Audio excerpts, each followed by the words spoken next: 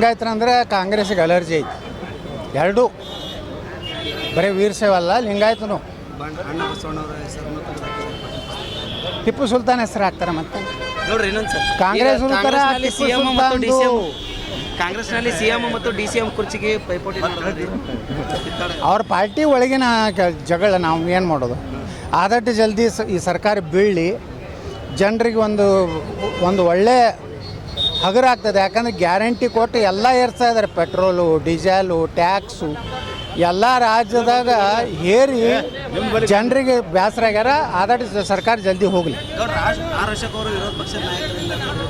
ಅದು ನಾವು ಆಂತರಿಕವಾಗಿ ಮಾತಾಡ್ತೀವಿ, ನಮ್ಮ ಪಕ್ಷದ ಆಂತರಿಕ ವಿಷಯ ಐತಿ. ಇಲ್ಲ ತಾವು ವಿರೋಧ ಪಕ್ಷದ ನಾಯಕರು ಮಾಡಬೇಕಲ್ಲ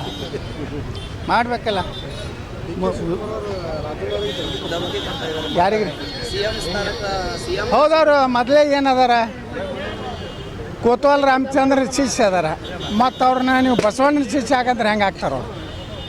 ನೀವು ವಿರೋಧ ಪಕ್ಷದ ನಾಯಕರು ನಮ್ಗೇನು ನಾವೇನು ಪ್ರಯತ್ನ ಮಾಡಿಲ್ಲ. ಪಕ್ಷ ಏನು ಹೇಳ್ತದ ಅವ್ರಿಗೆ ಕೇಳ್ತೀವಿ.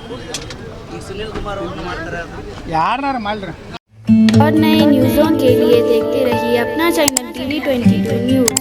लाइक करें, शेयर करें, सब्सक्राइब करें और बेल आइकन बटन दबाना ना भूलें।